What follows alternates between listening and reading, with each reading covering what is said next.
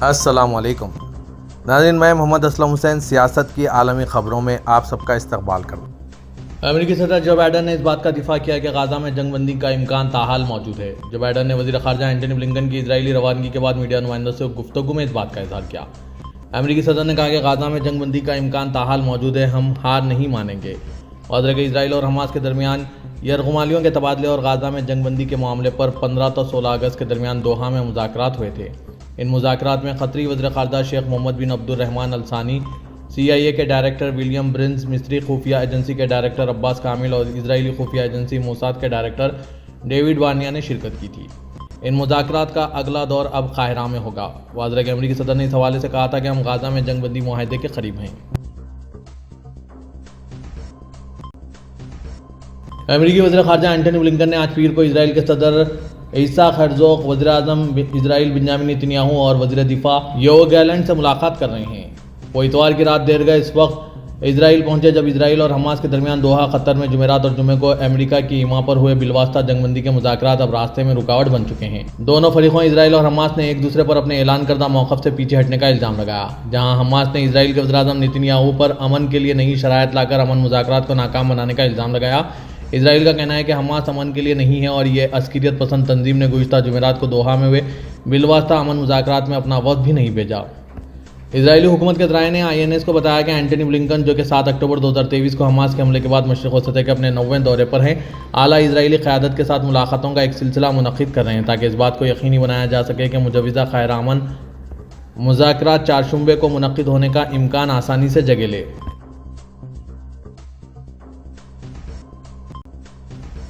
اسرائیل کے وزیر اعظم بنیامین نیتنیاہو نے کہا ہے کہ ہم اسرائیلی قیدیوں کی رہائی کے لیے حماس کے ساتھ نہایت پیچیدہ مذاکرات کر رہے ہیں۔ روزنامہ میاریو کے مطابق نیتنیاہو نے قیدیوں کے تبادلے مذاکرات میں شرکت کے لیے قاہرہ جانے والے اسرائیلی وفد کے ساتھ مذاکرات کے بعد ہفتہ وار حکومتی اجلاس میں شرکت کی۔ اجلاس سے خطاب میں نیتنیاہو نے کہا ہے کہ خواہ حملہ ہو خواہ دفاع، اسرائیل ہر طرح کے خطرے کا سامنا کرنے کے لیے تیار ہیں۔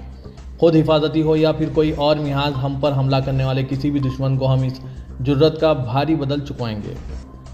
نیتنیاہو نے کہا کہ ہم نہایت پیچیدہ مذاکرات کر رہے ہیں۔ یہ مذاکرات صرف دینے کی نہیں، لینے اور دینے کی بنیاد پر کیے جا رہے ہیں۔ بعض پہلو ایسے ہیں جن پر ہم لچک کا مظاہرہ کر سکتے ہیں، لیکن بعض پہلو پر لچک موضوع بحث نہیں ہو سکتی اور ہم ان دونوں میں فرق کرنے کی بخوبی صلاحیت رکھتے ہیں۔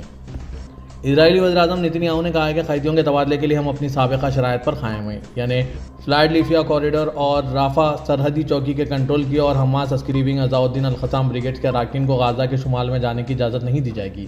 حماس نے ان شرائط کو مسترد کر دیا اور دوحہ مذاکرات میں اپنا وفد تک نہیں بھیجا۔ نیتنیاہو نے دعویٰ کیا ہے کہ اگر کسی پر دباؤ ڈالا جانا چاہیے تو وہ اسرائیل حکومت نہیں، حماس اور اس کے سیاسی بیورو کے سربراہ یاہیا ہیں۔ واضح کہ اسرائیل اور حماس کے درمیان غزہ میں فائر بندی مذاکرات امریکہ، مصر اور قطر کی ثالثی میں 15-16 اگست کو دوحہ میں طے پائے تھے۔ حماس نے اعلان کیا ہے کہ اسرائیلی وزیر اعظم بنیامین نیتنیاہو نے غزہ میں جنگ بندی اور قیدیوں کے تبادلے کے معاہدے کی راہ میں رکاوٹیں کھڑی کر دی ہے۔ حماس کی جانب سے دیے گئے بیان میں کہا گیا کہ بنیامین نیتنیاہو نے امریکہ، مصر اور قطر کی ثالثی میں غزہ میں جنگ بندی اور قیدیوں کے تبادلے کے لیے ہو رہے مذاکرات میں نئی شرائط عائد کر کے معاہدے تک پہنچنے سے روک دیا۔ بیان میں کہا گیا کہ نیتنیاہو نے نئی شرائط کے ساتھ ثالثی کرنے والے فریقین کو مشکل میں ڈال دیا ہے۔ نیتنیاہو نے غزہ کی طرف مستقل جنگ بندی اور جامع انخلا کو مسترد کر دیا ہے، جبکہ تل ابیب انتظامیہ کا اصرار ہے کہ نیٹزرم کوریڈور پر قبضہ جاری رکھا جائے جو غزہ کو 2 حصوں میں تقسیم کرتا ہے۔ بیان میں کہا گیا کہ قیدیوں کے تبادلے کے حوالے سے بعض دیگر موضوعات بھی نئی تجویز میں شامل کیے گئے ہیں۔ ہم بنیامین نیتنیاہو کو ثالثیوں کی کوششوں میں رکاوٹ ڈالنے، معاہدے تک پہنچنے سے روکنے اور جانوں کے ضیاع کے لیے مکمل طور پر ذمہ دار ٹھہراتے ہیں۔ حماس کا کہنا ہے کہ غزہ کی پٹی میں ہمارے عوام کو منظم طریقے سے نشانہ بنانے سے خطرات لاحق ہیں۔ امریکی وزیر خارجہ اینٹونی بلنکن نے تبصرہ کیا کہ اسرائیل اور حماس کے درمیان قیدیوں کے تبادلے اور غزہ کی پٹی میں جنگ بندی کے لیے جاری مذاکرات آخری موقع ہو سکتا ہے۔ قیدیوں کے تبادلے اور جنگ بندی پر بات چیت کے لیے خطے کو جانے والی اینٹونی بلنکن نے اپنی پہلی منزل اسرائیل میں اپنے رابطوں کا آغاز کیا۔ اسرائیلی صدر اسحاق ہرزوگ نے 7 اکتوبر سے خطے کا 9واں بار دورہ کرنے والے بلنکن سے مذاکرات کیے۔ ملاقات سے پہلے اپنے بیان میں بلنکن نے اسرائیل اور حماس کے درمیان قیدیوں کے تبادلے اور غزہ میں جنگ بندی کے لیے ہو رہی بات چیت کا ذکر کیا۔ اینٹونی بلنکن نے کہا کہ یہ قیدیوں کے تبادلے اور جنگ بندی کے مذاکرات کے لیے فیصلہ کن لمحہ آ گیا ہے۔ یرغمالیوں کو گھر واپس لانے، جنگ بندی کے حصول اور سب کو دیرپا امن و سلامتی کے لیے بہتر راستے پر ڈالنے کا غالباً اس وقت بہترین اور شاید آخری موقع ہے۔ فلسطینی صدر محمود عباس کے غزہ کی پٹی کے دورے کے لیے تیاریاں کی جا رہی ہے کیونکہ فلسطینی حکام حمایت کے لیے دنیا بھر کے ممالک تک پہنچ چکے ہیں۔ فلسطین کی سرکاری خبررساں ANC کی طرف سے آج شائع بیان میں کہا گیا ہے کہ اس دورے کا مقصد غزہ کے باشندوں کے ساتھ یکجہتی کا اظہار کرنا، اس بات پر زور دینا ہے کہ ریاست فلسطین اور فلسطین لبریشن آرگنائزیشن تمام فلسطینی علاقوں پر قانونی حکام ہیں اور قومی اتحاد کو فروغ دینا ہے۔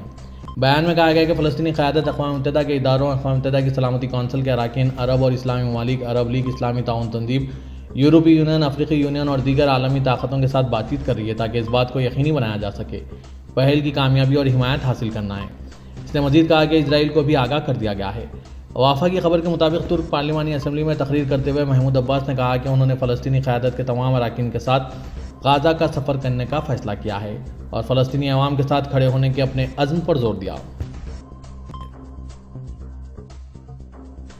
روس کے صدر پوٹن سرکاری دورے پر آذربائیجان پہنچ گئے۔ روس صدارتی پیلس کرملن کے جاری کردہ بیان کے مطابق پوٹن نے زاغو لیبا ریسیڈنسی میں آذربائیجان کے صدر الہام علیف اور ان کی اہلیہ اور صدارتی معاون اول مہربان علیف کے ساتھ غیر سرکاری ملاقات کی۔ مذاکرات میں پوٹن اور علیف نے روس آذربائیجان تعلقات، آذربائیجان آرمینیا امن مرحلے اور تازہ علاقائی و بین الاقوامی موضوعات پر بات چیت کی۔ دورے کے دوران پوٹن اور علیف ایک مشترکہ اعلامیہ جاری کریں گے اور دونوں ممالک کے درمیان بعض سمجھوتوں پر بھی دستخط کیے جائیں گے۔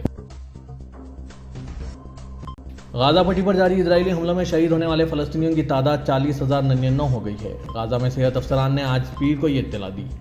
صحت افسران نے ایک پریس بیان میں کہا کہ اکتوبر 2023 میں فلسطینی اسرائیلی تنازع شروع ہونے کے بعد ہلاکتوں کی کل تعداد 40,099 اور زخمیوں کی تعداد 52,609 تک پہنچ گئی۔ اس میں کہا گیا ہے کہ بہت سے متاثرین ملبے کے نیچے اور گلیوں میں دبے ہوئے ہیں جو طبی عملہ اور شہری دفاعی ٹیموں کی پہنچ سے دور ہے۔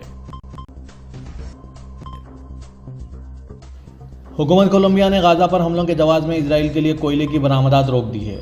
صدر گسٹاوو پیٹر نے سوشل میڈیا ایکس پر اپنی پوسٹ میں اس حوالے سے ایک سرکاری حکم نامہ جاری کیا۔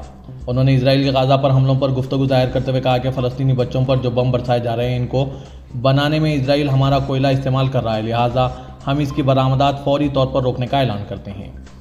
حکومت کولمبیا کے صدر نے بتایا کہ اس سرکاری فیصلے کو سرکاری گزٹ میں شائع کر دیا گیا ہے جو کہ 5 روز بعد نافذ العمل ہوگا، جس پر وزیر خارجہ لوئس گلبرٹ اور وزرائے تجارت و خزانہ کے دستخط بھی موجود ہیں۔ کولمبیا کے کوئلے کی مجموعی پیداوار کا سب سے بڑا خریدار امریکہ ہے جبکہ صرف 5% اسرائیل خریدتا ہے۔ اسرائیلی افواج نے غزہ کے جنوبی شہر خان یونس میں محفوظ قرار دیے ہوئے علاقے میں TRT عربی ٹیم کی گاڑی کو ہدف بنایا۔ غزہ کے لیے Turkish radio and television کے عربی رپورٹر سامی برہم نے کہا ہے کہ اسرائیلی فوجیوں نے غزہ کے جنوبی شہر خان یونس میں اوپر پریس کے الفاظ ہونے کے باوجود ہماری گاڑی پر حملہ کیا۔ برہم نے کہا ہے کہ 7 اکتوبر کو غزہ میں جنگ کے آغاز سے اب تک ہم پر 34 دفعہ حملہ کیا گیا۔ سروں پر پریس ہیلمٹ اور جسم پر پریس جیکٹاں ہونے کے باوجود ہمیں ہدف بنایا جا رہا ہے۔ انہوں نے کہا کہ ہم رپورٹنگ کی خاطر ایک ایسے علاقے میں گئے تھے جہاں فلسطینیوں کی اکثریت تھی اور جسے اسرائیل نے محفوظ علاقہ قرار دے رکھا تھا۔ پہاڑیوں پر متعین ماہر نشانہ باز اسرائیلی فوجیوں نے ہمیں براہ راست نشانہ بنایا۔ نشانہ بازوں نے ہماری گاڑی اور ہمارے اطراف میں فائرنگ کی۔ ہمارے گاڑی سے 5 میٹر دور جانے کے باوجود اسرائیلی فوجیوں نے 15 منٹ تک فائرنگ جاری رکھی۔ انہوں نے کہا کہ غزہ میں کوئی جگہ محفوظ نہیں ہے۔ مصری وزیر خارجہ ڈاکٹر بدر عبدالعاطی سرکاری دورے پر سعودی عرب کے شہر ریاض پہنچ گئے ہیں۔ سبق ویب سائٹ کے مطابق ریاض کے کنگ خالد انٹرنیشنل ایئرپورٹ پر سعودی نائب وزیر خارجہ انجینئر ولید بن عبدالکریم خریجی نے استقبال کیا۔ سعودی استقبالیہ وفد نے مصری وزیر خارجہ اور ہمراہ وفد کی آمد پر انہیں خوش آمدید کہا ہے۔ مصری وزیر خارجہ ڈاکٹر بدر عبدالعاطی اور ہمراہ وفد دونوں ملکوں کے باہمی تعلقات کے فروغ کے لیے سعودی عرب آئے ہوئے ہیں۔ سعودی ڈائریکٹریٹ آف سول ڈیفنس نے مملکت کے کچھ علاقوں میں آج پیر سے جمعرات تک جاری رہنے والی شدید بارش کے حوالے سے الرٹ جاری کیا۔ شہریوں اور مقیم غیر ملکیوں کو احتیاطی تدابیر اختیار کرنے کا مشورہ دیا گیا۔ بیان میں کہا گیا کہ وادیوں اور نشیبی مقامات کے قریب نہ جائیں۔ ایسے مقامات پر جہاں پانی کا جمع ہو جاتا ہے تیراکی سے گریز کیا جائے۔ بارش کے دوران سوشل میڈیا سمیت مختلف میڈیا کے توسط سے جاری کی گئی ہدایات کی پابندی کی جائے۔ محکمہ موسمیات کے مطابق مکہ مکرمہ اور طائف میں شدید بارش، سیلاب، ژالہ باری اور تیز ہوائیں چلنے کا امکان ہے جبکہ جدہ اور علیس سمیت دیگر علاقوں میں ہلکی بارش متوقع ہے۔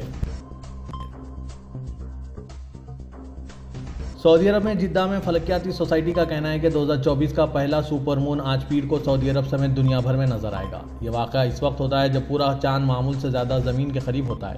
یہ رات کے وقت آسمان میں بڑا اور روشن دکھائی دیتا ہے۔ جدہ فلکیاتی سوسائٹی کے سربراہ ماجد ابو زہرا نے وضاحت کی کہ یہ خاص سپر مون جسے سیزنل بلو مون بھی کہا جاتا ہے تقریباً ہر 2.5 سال میں ایک مرتبہ ہوتا ہے۔ سپر مون کی اصطلاح سے مراد ایک مکمل نیا چاند ہے جو اس وقت ہوتا ہے جب چاند زمین سے اپنے قریب ترین فاصلے کے 90% اندر ہوتا ہے۔ اس صورت میں زمین اور چاند کے مراکز کے درمیان فاصلہ 361 کلومیٹر ہوگا۔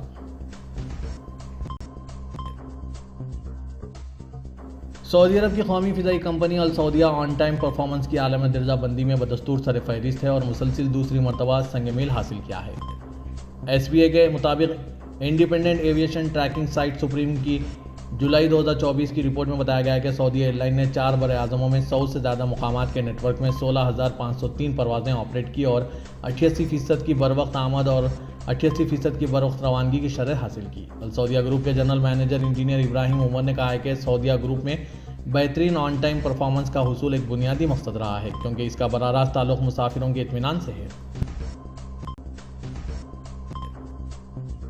تھائی لینڈ کے نومنتخب وزیر اعظم شیناواترا نے آج پیر کے روز ہندوستان کے وزیر اعظم نریندر مودی کی حالیہ انتخابی کامیابی کے بعد مبارکباد کے پیغام کے لیے ان کا شکریہ ادا کیا۔ Social media platform X پر ایک پوسٹ میں شیناواترا نے لکھا، آپ کے پرتپاک مبارکبادی پیغام کے لیے میں ہندوستان کے وزیر اعظم نریندر مودی کا شکریہ ادا کرتی ہوں۔ میں اپنے دو طرفہ تعلقات کو مزید مضبوط بنانے کے لیے آپ کے ساتھ مل کر کام کرنے کی منتظر ہوں، خاص طور پر تجارت اور سرمایہ کاری، ثقافت، عوام سے عوام کے رابطے اور سیاحت کے شعبوں میں، خاص طور پر دونوں ممالک کے درمیان ہوائی سفر کو بڑھانے کے لیے ہم ساتھ مل کر کام کریں گے۔ ہندوستان اور تھائی لینڈ کے درمیان دو طرفہ تعلقات کو مضبوط بنانے کے لیے اپنی امید ظاہر کرتے ہوئے نومنتخب وزیر اعظم نے کہا، مجھے یقین ہے کہ ہم اپنے موجودہ تعلقات کو استوار کر سکتے ہیں اور اپنے دونوں ممالک عوام کے لیے اور بھی زیادہ موقع پیدا کرنے کے لیے غیر استعمال شدہ صلاحیتوں کو تلاش کر سکتے ہیں۔ پاکستان کے سابق وزیر اعظم عمران خان نے آکسفورڈ یونیورسٹی کے چانسلر کے عہدے کے لیے الیکشن لڑنے کے لیے درخواست داخل کی ہے۔ دی گارڈین نے یہ خبر خان کے مشیر سید زلفی بخاری کے حوالے سے دی ہے۔ اخبار کے مطابق 71 سالہ عمران خان نے 1970 کی دہائی میں آکسفورڈ کے کیبل کالج سے سیاست، فلسفہ اور معاشیات کی تعلیم حاصل کی۔ اپنی کرکٹ ٹیم کے لیے کامیابی سے کھیلے اور 2005 سے 2014 تک یونیورسٹی آف بریڈفورڈ کے چانسلر رہے۔ واضح ہے کہ صدیوں سے آکسفورڈ کے سابق طلبہ یا عملہ بڑی حد تک یونیورسٹی میں ذاتی طور پر حاضر ہو کر باضابطہ چانسلرشپ کے لیے اپنی امیدواریاں پیش کرنے میں کامیاب رہے ہیں۔ عمران خان جو اس وقت پاکستان میں قید میں ہیں، انہوں نے نئے قوانین سے مدد ملی ہے جس میں نامزدگی اور ووٹنگ آن لائن کرنے کی اجازت دی گئی۔ یونیورسٹی کے سابق طلبہ اور عملے کے درمیان نئے چانسلر کے انتخاب کے لیے ووٹنگ اکتوبر میں ہوگی۔